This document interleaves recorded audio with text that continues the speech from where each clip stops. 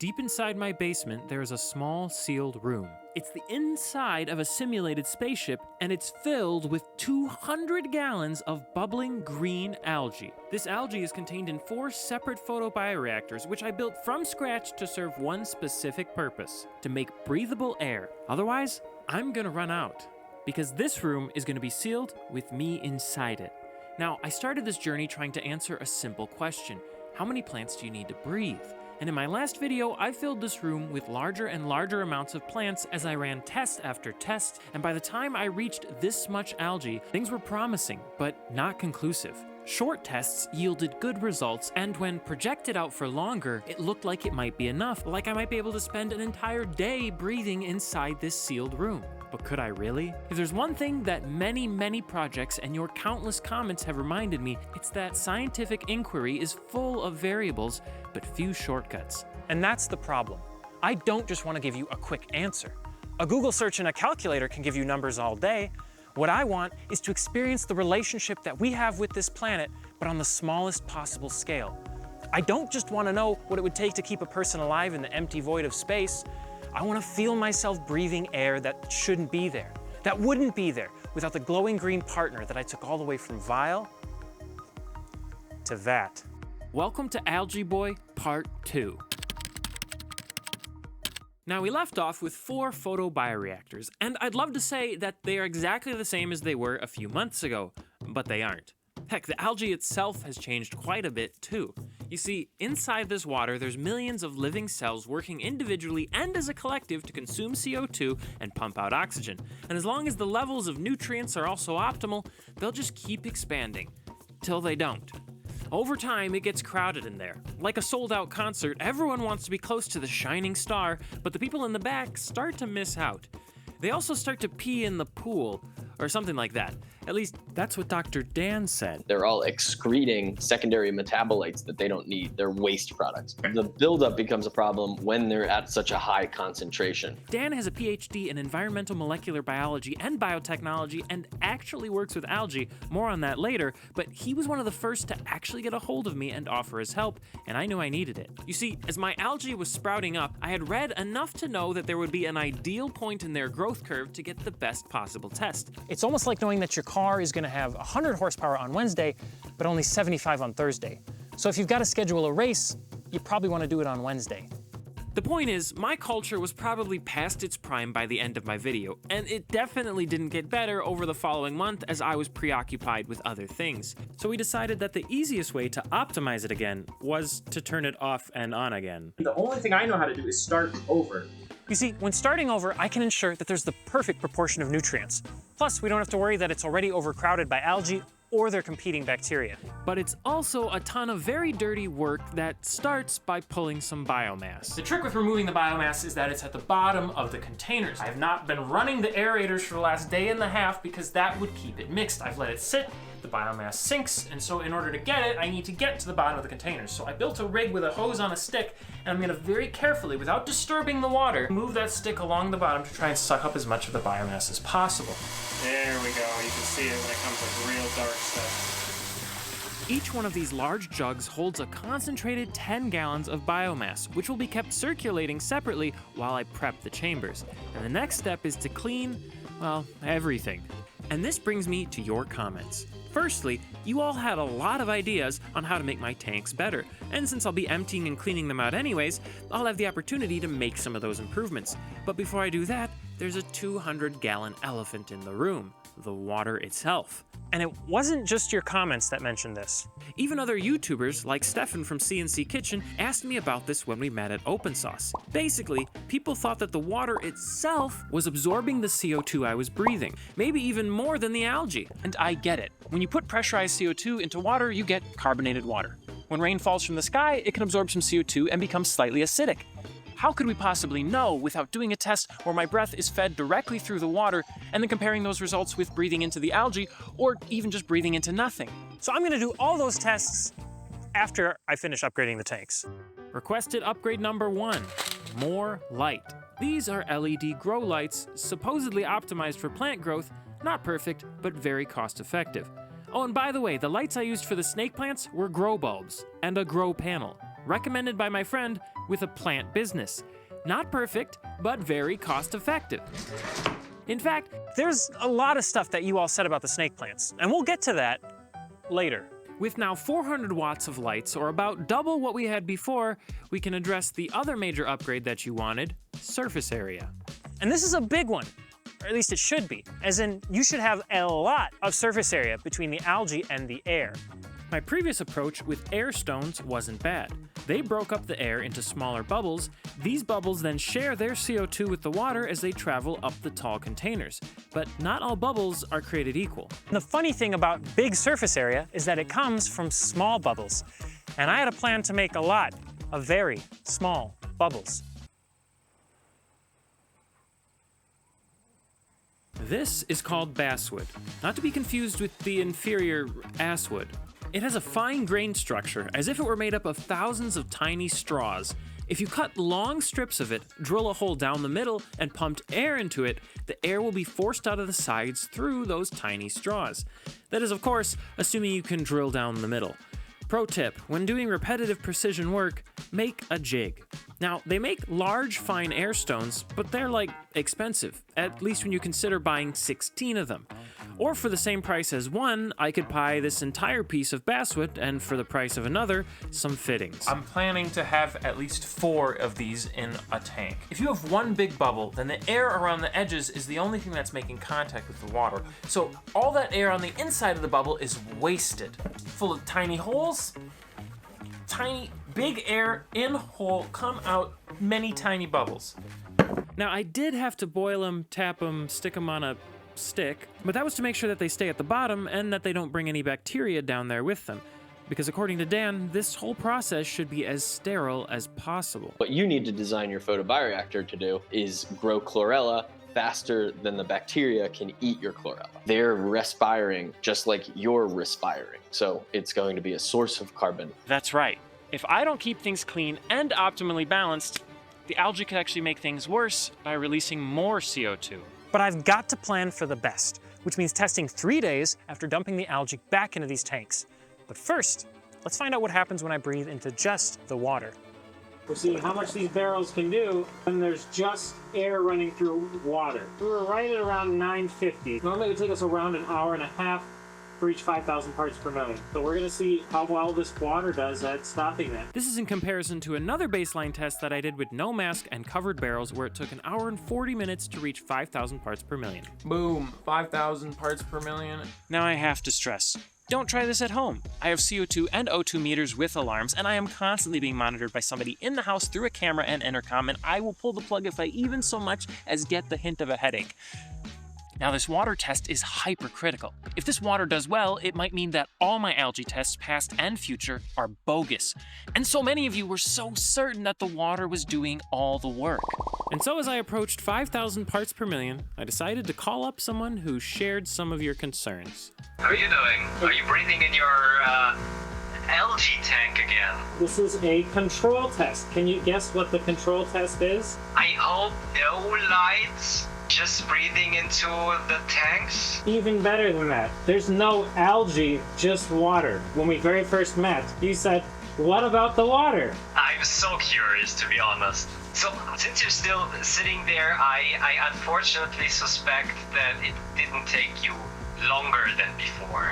I mean, I have a toilet in here, so I could be here for a long time. We're actually right around an hour and a half. I'm kind of surprised. So many people, including you, were saying, I was like, yeah, geez, maybe you're right. But it's so close to what it was before that it seems like it's very negligible. So your algae is doing something in the end, probably. That's so cool. As I said, I wouldn't have expected these kind of results. Now remember, every time that I breathe out, more CO2 comes out. And when the level gets too high, we're done.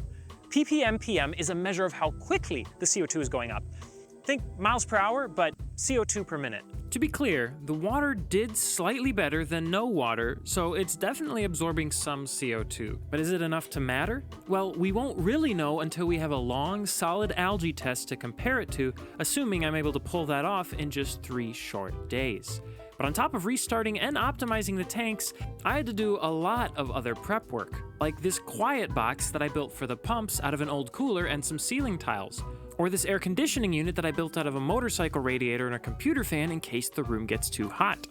I've got a toilet, food, miscellaneous supplies, tools, heck, I even got a better chair. Man, I could nap in this. And here's why. It's 6 o'clock, which means that I am 12 hours from the test start and I am exhausted. And I think I know why. When you're getting ready for a trip in your car, there's this sense of like, what I'm gonna forget things, what I gotta bring, and what's every possible contingency that might happen while I'm traveling. But the thing is, you can get just about anything you need there. If you forget your toothbrush, you can buy a toothbrush. You need food, you can get food. That doesn't apply to me in this sealed room. Whatever I bring in is what I have, and whatever I don't bring in, I don't have. You know, I need to go to sleep within the next 4 hours, and I have so much to do. Even when I shave, there's gonna be the smell of aftershave, and I'm gonna be wearing this thing on my face where I'm just gonna be stuck with that smell, which means I need to shave tonight, and then put aftershave on tonight, and then go to sleep with aftershave just put on my face. There's so many little details like that that you just wouldn't think of, that I've had to think of, that are spilling out of my brain. This is such an undertaking. I wasn't tired from preparing.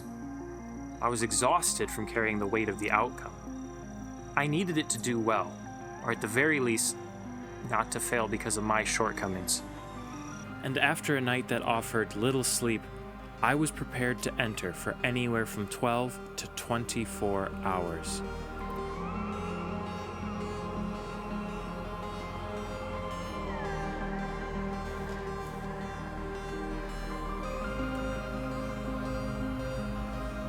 Once the door closed, the timer started and the mask went on, sending all my exhaled breath straight through the algae. And as my wife wedged the door tight against the gasket and I taped up the top and bottom and checked for gaps, I thought I was finally beginning my long, lonely journey. But I wasn't really alone. I feel like I've got a friend. Yeah, me and that guy. Okay, well, guy might have been a misnomer as well. Is there an egg sack, dude? I think this spider has an egg sac.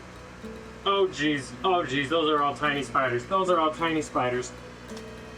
There they are, my roommates. So I managed to get tape behind them just to make sure everything was nice and sealed up. You stay up there, I'll stay down here. Well, I'm pretty exhausted and I have lots of time to talk about stuff. So I think for now, I'm probably just going to try and rest a bit and try and conserve the air. So I gently dozed off, secure in the knowledge that I had done everything I could to ensure a good test. But as I kept one eye on the meter, I noticed something.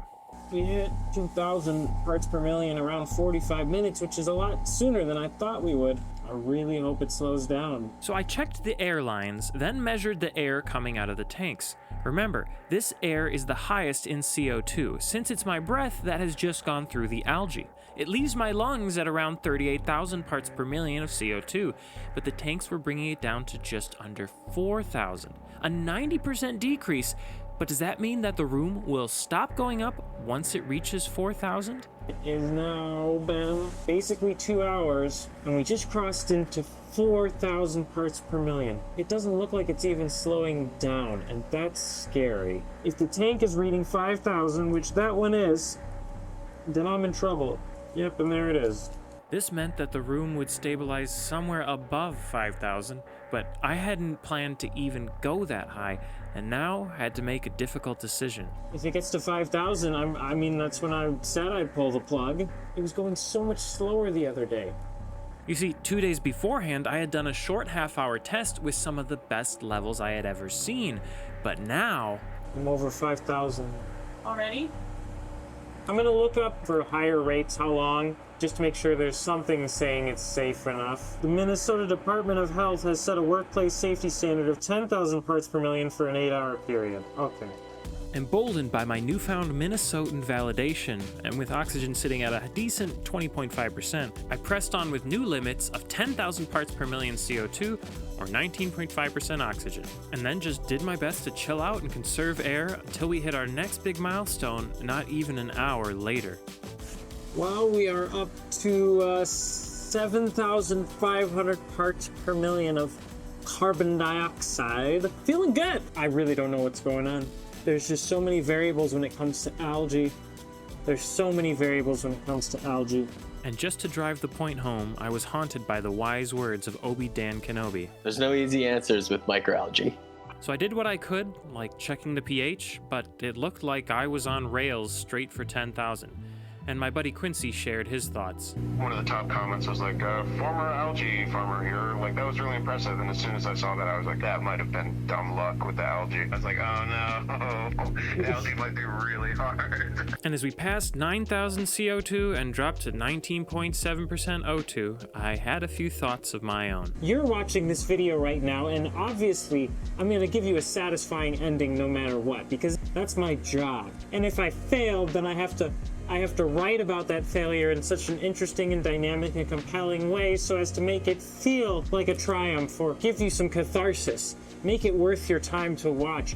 But I still have to do that work, and I don't always know how I'm gonna do it. I like it when the ending writes itself, because it's just good and it just works. I don't think that's what's happening here. I don't think it's just working. I think it's just failing. And it's hard to separate out it failing from me failing, but I guess that's why I did it, because I needed to know, even if that meant finding out that I was wrong. I think that's why sometimes it's easier to live life not knowing, not trying, not doing, not having that difficult conversation with somebody, not having that difficult conversation with yourself. Because if you do it, you might find out that it's bad, or you might find out that you failed, or you might find out that you screwed up. You might find out exactly how much you screwed up. But if you don't, not knowing is your freedom. But it's not really a freedom, because as long as you're not doing something because of your fear of the possible consequence, then you are living as if that consequence is reality. Well, we've got a little ways to go. I'll check in when we hit 10,000. And at 5 hours after a very linear rise in CO2, we hit our 10,000 limit and almost hit our low oxygen limit at 19.6%. Sorry guys, we didn't make it this time. And this was a significant improvement over just water, but it never reached equilibrium and was just way, way shorter than I wanted. Now, in spite of my immense disappointment, I decided I was not going to stop. And the first trick up my sleeve? Well, he couldn't actually fit up my sleeve. It smells about 10 times better than I thought it would. Yeah. I thought it would smell like a pet store. Dude, it smells really good, actually. Can I live in here? So you're going for a full day, 24 hours in here. I'm going for as long as I can get, especially after today's test. Now, you probably know Jay from his awesome creations over on Plasma Channel, particularly his advances in ion thrust technology. But he also has a degree in marine biology and used to work for a biofuel company that worked with algae. And I needed some outside perspective, even if his methods were unconventional. And after a night of rest, we realized that the algae was actually giving off CO2. So it could be releasing CO2 because plants release CO2 either when they die or when they respire at night. It could be dying. Could be dying. One thing that I did that's kind of bothering me is this thing has to be actively cooled because the pumps create heat. And a couple times now, I forgot to turn on the cooler on it. And so now I'm like, well, do they off-gas some sort of a chemical byproduct of overheated plastic or overheated rubber? Like, I worked in aquariums for years. Even having any kind of gas pollutants in the local air around the water, they're so sensitive, the water will absorb it and then kill, say, like the coral colony or sometimes affect the algae colony. So I don't know. That's actually a good possibility. If I really just killed this colony for something so stupid as forgetting to turn the fan on my quiet box after all this work. If they're dead. I don't think you'd necessarily need to reboot the entire Do colony. you think that in just a few days they might rebound if I just keep an eye on the CO2 levels? I'm inclined to say yes. Yeah. Okay. But hot pumps was still just a theory, so we sat down to try and exhaust every possibility, which was exhausting. One possible way to increase the productivity of microalgae cultures is to reduce the size of the light harvesting antennas and thus lessen the photosynthetic inefficiency associated with the dissipation of excess light absorbed by surface layers of microalgae cultures. This is why we science YouTubers and creators exist. There's so many variables, like millions, potentially billions of these little organisms, and they don't want to listen. Which makes them really ballsy because they're 1 millimeter wide and he's at least 5 millimeters wide. Jay was a breath of fresh air, but with so many unknowns, we couldn't really draw any conclusions other than give the algae some time, maybe they'll rally. But before his flight, he really wanted a chance in the chamber. Now I know it's a big scientific no-no to just change test subjects, but We both weigh about the same, we're close in age, and we'll take whatever happens with a big grain of salt. Besides, it's not every day someone wants to suffer in your place. Oh, great! That's so great. Oh. And this is the weird thing about this experiment that I've learned is that it's actually much more common to encounter these levels of CO2 than we realize. Like 3,000, 4,000, you just have a really long session in the bathroom without the fan on, you might be hitting this. My body's starting to just say, like, hey, something's up. Not quite a headache, but I can detect some very gentle nudges to get some fresh air. Can you imagine me spending 5 hours and going to 10,000? Dude, that's OG status right there. You are going up, you're like 300 parts per million further ahead than I was. Now that could be just because you're talking more, it could be because of your metabolic rate, but basically, the algae is probably no better than it was yesterday. Wow. It might even be a little worse. Pulling out at 1 hour and 40 minutes. Oh, it's cold out here, oh my gosh. Jay gave me some much needed support and perspective. Hey buddy, you got this, bro. And now, it was time to come up with a strategy. It's currently Tuesday. Algae test didn't go quite the way I thought it would. Now that could just be that that's limitations of the tanks, but I think they're capable of much more. So we know that the algae is not running optimally, we don't necessarily know why. We have theories, but what I need right now is really a course of action. So what I've decided to do is keep an eye on the algae for a few days, and if it doesn't turn around, then I'm probably going to try and restart the culture again. But restarting the culture the first time was a ton of work, so I really hoped that the algae would turn itself around, because right now, it was still dumping CO2 into the air. Here's today's graph, and right there is where I started the algae and closed the door. So the CO2 has only increased with the door closed and it running. It's outgassing CO2. But the very next day, I had a breakthrough. What? What is going on? Is this really happening? Or at least I thought I did, until I realized that my mini meter was reading like 200 below actual, and that I couldn't successfully recalibrate it. But the next day, And now it's gone down. It's been hovering down towards 650. The algae has changed, I think. You know, a part of me was wondering, do I wait another day for them to get even healthier, or do I just jump in and hope that I don't scare them with all my CO2? Looks like we still got our spider friends with her babies. The last few days have been incredibly difficult for me, but I have newfound hope. It does appear that we are currently rising at a rate of about 10 parts per million per minute, which means to get to 10,000 parts per million could take a total of about 15 hours, which is way better than 5. now I know you're thinking, wow, Joel's big brain finally paved the way to Easy Street. Well, not exactly. The algae is starting to curve upward, which is not a good sign. That's telling me that it has had its limit of CO2. Reached 2,000 at 11:30, which means it took just under an hour and a half. The last 20 minutes, it's been closer to 330 parts per million per minute. So all of a sudden, something shifted. All of a sudden, the algae's like, nope, no more CO2. Might call this one early because I want to let them rest. I think maybe they're just not ready yet. Maybe I'm stressing them too much. now at this point I had a theory regarding the decline in performance. You see, those pH strips aren't the most accurate, and I thought, hey, maybe the algae starts in a good pH and then slowly becomes too acidic from all the CO2.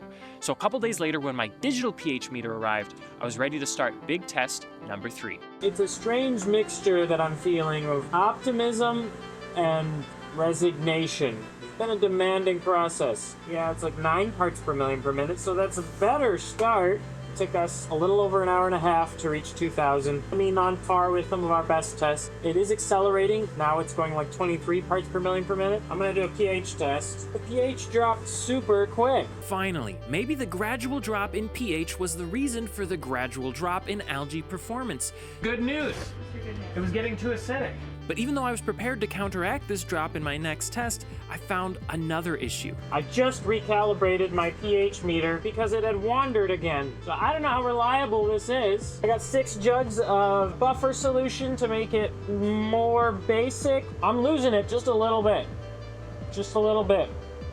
All these variables, equipment issues, and test after test with no promise of success was starting to get to me, but I had to press on. Well, we've crossed onto 5,000 parts per million. That means we're about on schedule. So we're in the sweet spot now for the pH, but it doesn't seem to be getting any lower. Maybe as it sits in this sweet spot, maybe it'll turn things around. I think that's a downward curve. I just passed 5 hours. Only a mere 8,700 parts per million. Woo! 20.2. Every additional minute here is one for the history books.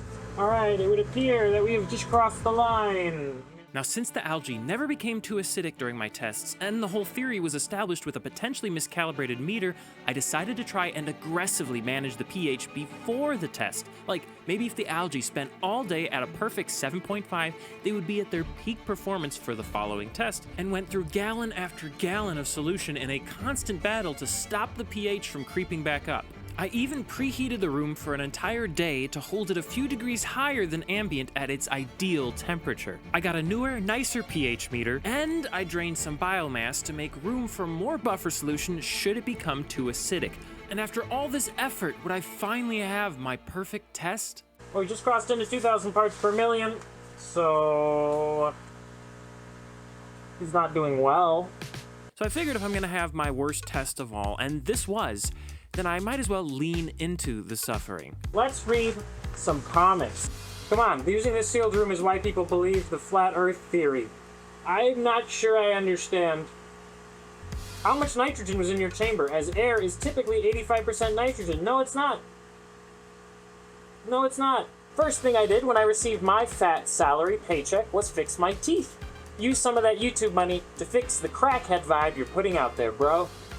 No, I've got better uses for my loads of YouTube money. It is common knowledge that this plant, as well as many others, produces oxygen at night. I didn't know that was common knowledge, even if I took into account that they have a cam cycle, with the night, and I give them time to acclimate, and I better lighting. It's just not going to make that much of a difference. Now, my first video had started with a social media post saying that you only needed 6 to 8 snake plants to breathe in a sealed room, according to NASA, and this comment reminded me of something important. I didn't make this very clear in my last video. When they say according to a NASA study, that study was taking a look at the ability of certain houseplants to purify the air, not to convert carbon dioxide into oxygen. This is just another social media post that takes something out of context. Talking costs more oxygen as well, so yapping constantly for the video has an effect on the timer. Another aspect not considered is that plants and algae need sunlight for photosynthesis and produce oxygen from CO2, so in a basement or spaceship without windows or artificial sunlight will not let the plants produce oxygen. This is where you failed in the research you actually did not do around basic middle school biology class. A few things. So middle school, I was homeschooled, so yes, I might very well have missed a lot of things. No, I'm just kidding. My mom did a good job. I guess as far as the lights, I'm using grow lights. You could argue I needed to use more, but they seem to be working well for this algae, which has never seen sunlight. As far as yapping, yeah. I'm yapping. I have to make a video. This is how I make a living. If I did this whole test just for my own edification, that'd be great if I was loaded and I could afford to do that. I'm not loaded. I can't afford to do that. I can barely afford to do what I'm doing, which is trying to produce an interesting exploration of this idea and trying to do my due diligence to actually do a good job. It's a difficult thing to manage, and I have to talk. So yes, I understand that is another variable that might be confounding ultimately. But at the end of the day, tough shit. Yeah, you can basically say whatever you want about the nature of my sanity at this point in the process. We've been going up by over 50 parts per million per minute. The system is running so shitty. I think this is what I needed. I needed it to do so poorly that I just was like, yep, we're done. Because honestly, I'm done. I think I'm done. So yeah, I wasn't done. All right, so I think I've gone about as far as I can go with chlorella. At this point, I think I would need to restart the culture. There's just too many variables that have been introduced. There's too many potential issues. But if I'm gonna restart it, I have the opportunity to potentially try something new. I know it's maybe not the smartest thing to throw in a whole new variable, but I also have Spirulina. I have this kit that I've been growing that I got from Dan. So yeah, remember when I said that there was a company that sells photobioreactors for your home? Well, helpful Mr. Dan actually co-founded that company. And after chatting with him, I was like, okay, your product seems solid enough, but why aren't you doing something to help the DIY crowd? And he was like, well, it's almost done. I'll send you the prototype. And he did. This little guy is the first Eduarium. Weird name, but great idea. It uses this clever adapter to transform a regular 2-liter bottle into a photobioreactor. Now, if a kit similar to this sounds cool to you, Dan and I are actually doing an awesome collaboration, but I'll tell you more about that later. Now, just because this prototype was quickly becoming dense with Spirulina, does that mean I should really take it to the big leagues? It's a tough decision. I feel like I need an independent third party to give me advice, like somebody who would know all the stats, like which of these algae would reign supreme? Which of these is the best? But, like, who... So, Patrick. Hey. I brought you here because you are the creator of the channel Tirzu on YouTube. So, you have different animals squaring off. You give them stats. You're comparing biological elements. So, for you, this is a simple question. Okay. Which would win in a fight? Chlorella vulgaris or Spirulina? Go. What is that? I've never heard of any animals named Chlorelina? Spirulina? Okay, so maybe this was all just a clever excuse to hang out with Patrick, because at this point, I didn't really care what anyone said, I was just going to send it. But after hanging out, I was filming some final sexy shots of the algae before it had to be drained, when I made a careless mistake. My gosh! Just spilled my Spirulina. I just spilled it.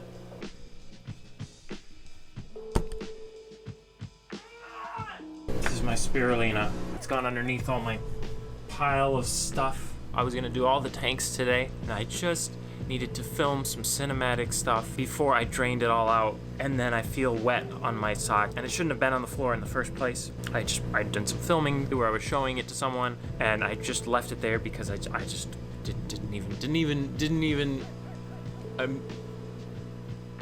Now, dumping a full 2 liters of Spirulina into 200 gallons of water and nutrients was already a long shot, since you don't want to dilute your culture by more than like 90%. So I took what was left of my Spirulina in an attempt to grow it in a 2-gallon phase and then a 15-gallon phase. So even though I was running out of time, I would have to wait a bit longer. So I figured, If I have to wait, why not restart the chlorella one more time? I'm draining the algae. I'm gonna refill it, I'm gonna give it fresh media, and we'll give that, a few days. I'm gonna test it religiously. I'm giving the chlorella one last ditch attempt while I grow the Spirulina. the culture had become so dense that you couldn't even see the light when it was sitting next to an empty tank. Meaning, this reboot was well warranted, and the spiders seemed to concur. Now, since the tanks were going to be refilled with water again, I decided to do one more water-only test just to be sure that it didn't have a major effect, especially since now I would be able to run with all the tank lights on and the extra pump running that I had added somewhere in the testing chaos of trying to fix the algae. I feel weird mentioning the pump in such an offhand manner, and I would have told you about it sooner, but there's like a bajillion things that I've done for this video, and random details that I just don't know how to fit in without making it insanely long. What's that smell? But so many people commented about the water that since we had to dechlorinate anyway, I knew it was worth doing it one more time. At this time, we're just testing the water with the lights and with the additional pumps. I'm willing to be proven wrong. I want to be doubly sure that the water is not acting as a battery. There's a tiny bit of algae in these tanks too, just a teeny little bit. But I don't think that's gonna make a difference. And it turns out that my timing was impeccable because I got to witness something magical? When did this happen? Is this like the Mister? Is this Mr. Spider? Oh wow, those spiders, they are going at it. They are like straight up having sex right now. Hang on a second. Alright, we're at 49:53. So just shy of 5,000 parts per million, and we're at $1.50. So the water dropped by 1 pH, and I don't know, maybe it was the magic in the air, but it did get a slightly better rate than last time. And now that the water had gotten its best possible test, I really, really wanted one of these algae to give me their best possible test. So here we are, it is a Wednesday morning. I restarted the algae on Monday. Does seem like the CO2 is going down in the room. I closed the door with it running. It is going down slowly. So I'm gonna give it a test. Maybe this is the time. Probably not. I'm gonna try it again. Welcome to Algae Boy! Test number, who knows? 882 is what we started at, which means we've gone up very little. Very little. I almost didn't know what to think. It was so unexpected, but this time, something seemed different. Alright, we haven't even broken 1,000 yet, and we're at almost 25 minutes. 100 parts per million in 25 minutes. It took us almost 30 minutes to get to 1,000. What is going on? This algae is insane right now. I would have thought it was way too undersaturated. I don't want to like run around and produce more CO2, but I want to make sure this room is truly sealed, so I'm going to check over everything. It just dropped down to 988! Dropped down to 988, and it's out for 30 minutes. What? I double-checked the tape and redid some of it even, and it looked fine. It didn't look bad. Even if there was a tiny leak, it wouldn't make this much of a difference. This is insane. This is insane. This is insane. Yeah, we've gone up by just under 200 parts per million in 37 minutes. I think it might actually be working. Rates like this were incredible. If it held steady at 4 parts per million per minute, it would take nearly 40 hours to reach 10,000 parts per million. But low rates had always increased over time, and this test followed that trend. Okay, so it is now 2 hours and 10 minutes. Still haven't crossed into 2,000 parts per million. The first hour was 4.7 parts per million per minute. Now we're at 8 something, so it is accelerating, but it might find a new equilibrium. 8 is still tremendous. You know, 10 is the best that I basically had before. 2044, it just jumped 2 hours and 25 minutes. That's insane. That's by far the slowest it's ever gone up. I should note that even though CO2 is going up very slowly, oxygen is going down at a fairly normal rate. That's a little concerning. That might limit my time in here. Almost 4.5 hours, and we're at 4350 parts per million. It looks like for the last hour, we've been holding at about 20 parts per million per minute, which is good, which is better than 30. That combined with our early start of like 5 and then 10 and slowly crept up, this is a tremendous start for CO2. I could set a great record, except that the oxygen in the room is at, 20.2. 4 hours and 45 minutes to reach 5,000 parts per million, as opposed to, an hour and a half, an hour and 45 minutes. So more than double. All right, so for the last half hour, it looks like we've been doing about 26 parts per million per minute. So it is climbing up to the usual rate, just slowly. We're doing very well. It is a curve, so I guess that does kind of fundamentally disprove my understanding. Yeah, at the end of my last video, I thought that the CO2 would stop going up somewhere in the habitable zone. But it seems like this limited amount of algae just doesn't have the horsepower. And even though we started this test in a sprint, eventually it had to slow down.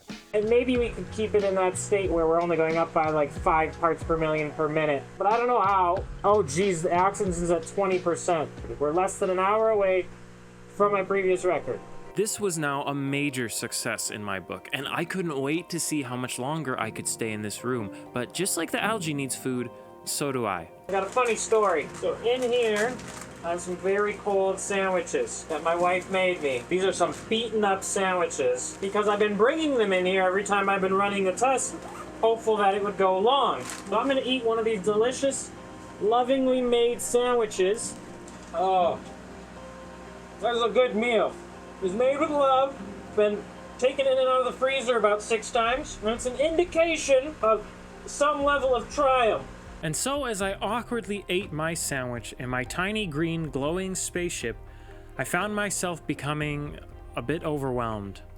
The problem with being on the precipice of success is that it often looks like the precipice of failure. And the amount of times that I felt like a failure over the last, months is substantial. So this lunch was particularly meaningful. It hasn't even been worth it to take the time to eat a lunch in here before. Work hard for your food, man. It'll taste so much better. Wise words, Joel.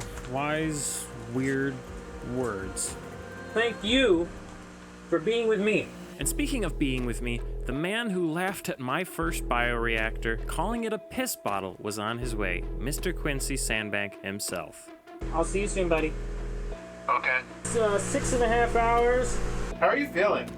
You've been in here not only for like over 6 hours today, but how many times have you done this? This is my third time going over 5 hours. I don't feel much different than normal. Maybe a little ready to get out, but I don't know, as far as suffering goes, this isn't that bad. It's amazing how when you say, how could this get much worse, it starts raining. Or when you say, this isn't so bad, Quincy starts flossing for a very, very long time. Nah, but seriously, Quincy has helped me out with so much stuff, and he has way too few subscribers for the level of quality of content that he makes, so you should definitely check out his channel after this video. This increase in speed, we're going up 34 parts per million per minute, which is a bit accelerated. I'm done. Alright. The oxygen meter just beeped because I think for the first time it went to 19.4, but it's at 19.5 still. It's just right on the edge. And it's at 6 hours and 53 minutes. So we're just shy of 7 hours, but at the same time we got the CO2. The CO2 is getting close to 10,000 as well. They're actually synced up quite well. It is truly preposterous that there's green goo in there that's prolonging your life. By a significant margin. The longest I can stay in there without it is about like a little over 3 hours to get to these same levels. So yeah, stay in here forever? No. Stay in here for twice as long? Big yeah. And I feel more confident about these results. I would guess that you would need like 2 to 3 times as much algae to stay in here indefinitely, and at that point I'd be redesigning my little spaceship just to fit it all. But before I tell you exactly how long I was able to stay, I gotta admit that some of you were right. I got multiple warnings in my comments and from Dan about just how fragile that algae are and the possibility of culture crash. And unfortunately, whether it was from being knocked over, or I screwed up the media preparation, or bacteria got in, or one of many other possibilities, my Spirulina didn't survive the transfer to a larger tank. But the good news is that by the end of this video, Dan should have finished development on the Eduarium prototype, and you can pick up where I left off with some of your own experimentation. Just don't seal yourself in a room. Your purchase will help support my channel through commissions, and Dan's a great dude, and he and his partner are trying to do something really cool in the algae space. So whether you get the kit, a Spirulina starter, or a full-blown arium, it's gonna help us both, and hopefully you'll learn something about algae, because they are way more complex than I ever could have imagined. There's even an option to buy just a Spirulina starter with 3D print files if you want to make the parts yourself, and you'll get 20% off anything using my links in the description below. You'll also find my Patreon and PayPal there if you just want to support me more directly, but even just liking and subscribing is a massive help, because this is what I do for a living. And even though it kicks my ass, I love doing it. My final record in the chamber was 7 hours and 5 minutes, and no, that's not a whole day, but it's a whole lot more than just the water. And while I'm open to the idea of scaling this up in the future, after 9 months of growing algae, I'm ready to turn my attention to other things. Like whatever my wife has been growing for the last 9 months. I don't really know how to end an epic saga like this, so I won't. But let me just say to everybody who commented or helped or even just offered to help, thank you. And I'll see you all next time. What's going on, Quab Goblins? Welcome back to another Q stream. Today, I am visiting my good friend Joel Creates, and he's been in the stasis chamber for over 6 hours, sustaining his oxygen with algae plants. And let's see how he's doing. Alright guys, that's going to do it for this stream. I hope to see you again later. Make sure to subscribe to my OnlyFans.